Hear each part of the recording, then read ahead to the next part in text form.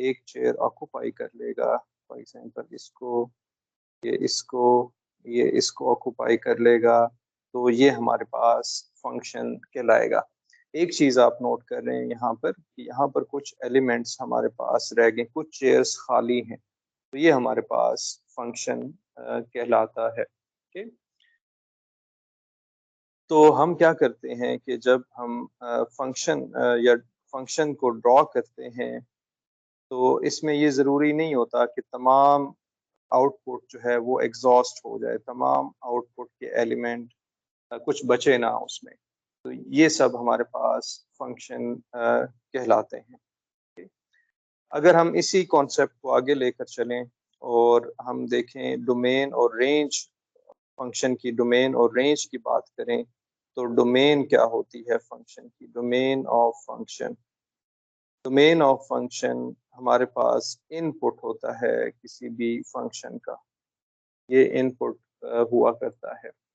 और रेंज हमारे पास क्या होता है, यानी कि ये जो x है ये इनपुट इसकी डोमेन कहलाता है। और रेंज हमारे पास क्या है? रेंज ऑफ फंक्शन, ये हमारे पास इसका जो आउटपुट होता है y is equal to F of X, इसका जो आउटपुट है ये इसका रेंज कहलाता है। ठीक है, ओके। तो अब हम एक डोमेन और रेंज का एग्जांपल सॉल्व कर लेते हैं। एग्जांपल डोमेन और रेंज के हवाले से, फॉर एग्जांपल आपको कहा जाए कि इसकी डोमेन आप फाइंड करें, x square plus 2x minus 15, इसकी डोमेन हम फाइंड करें। अब हमें पता है कि फंक्शन ऐसा होना चाहिए जो हर एक की समझ में आ जाए।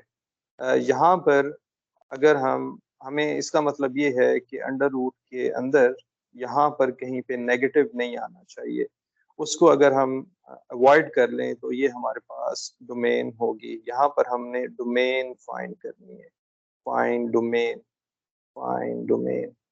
ठीक, अब अगर हम यहाँ से इसकी डोमेन लिखें तो ये होगा x तमाम रियल होने चाहिए, बट इसको एट द सेम टाइम हमारे पास ग्रेटर देन और इक्वल टू 0 होना चाहिए, या हम कह लें कि but should not be less than 0। Okay, या हम इसको ऐसे लिख सकते हैं, but x square plus 2x minus 15 must be greater than और इक्वल टू 0। ये जो है हमारे पास 0 से 0 होना चाहिए और ग्रेटर देन और इक्वल टू 0 होना चाहिए। इसको अगर हम सॉल्व कर लें तो ये आएगा x माइनस 3 x प्लस 5, और ये हमारे पास ग्रेटर देन और इक्वल टू 0 होना चाहिए। ठीक है, इसको जब आप सॉल्व कर लेंगे तो हमारे पास इसकी जो डोमेन आ जाएगी वो आ जाएगी कि अगर हम इसे सॉल्व कर लेंगे, इसकी डोमेन होगी x should be greater than और इक्वल टू 3 और x should be less than और इक्वल टू -5। यानी कि ये कंडीशन इस पे होनी चाहिए। इसको अगर आप ग्राफिकली देखेंगे तो x कहाँ पर होना चाहिए? x should be greater than और इक्वल टू 3 और x should be less than और इक्वल टू -5, यानी कि इस तरफ ये होना चाहिए, और ये जो डोमेन है ये शामिल नहीं होनी चाहिए। मिसाल के तौर पे अगर आप x को 2 रखते हैं, तो ये आ जाएगा 4 प्लस 4 माइनस 15 अंडर रूट, और ये डेफिनेटली कम्प्लेक्स बन जाएगा, ये नेगेटिव हमारे पास हो जाएगा। तो हमने क्या किया है कि x belong to real number, और यहाँ पर हमने ये कंडीशन भी लगाई है कि इसको ग्रेटर देन